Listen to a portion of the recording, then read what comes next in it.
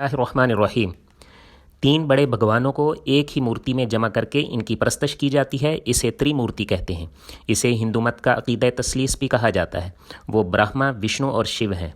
ब्रह्मा की हैसियत खालिक की है। चूँकि वो कायनात की तख्लीक से फ़ारिग हो चुका है, इसलिए इनफरादी तौर पर इसकी परस्तश सबसे कम की जाती है। और इसकी बीवी का नाम सरस्वती है, जिसे इल्म दानिश की देवी समझा जाता है।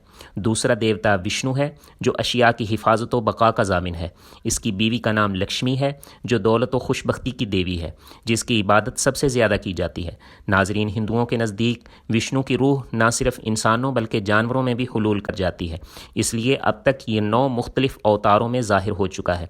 इसका 8वां अवतार कृष्ण महाराज की सूरत में और 9वां अवतार बुद्ध महाराज की सूरत में ज़ाहिर हुआ। तीसरा देवता शिव है, जो तबाही और बर्बादी और जंग व तूफ़ान का देवता है। इसकी रफ़ीक़ा हयात काली है, जो कहर व गज़ब की देवी है।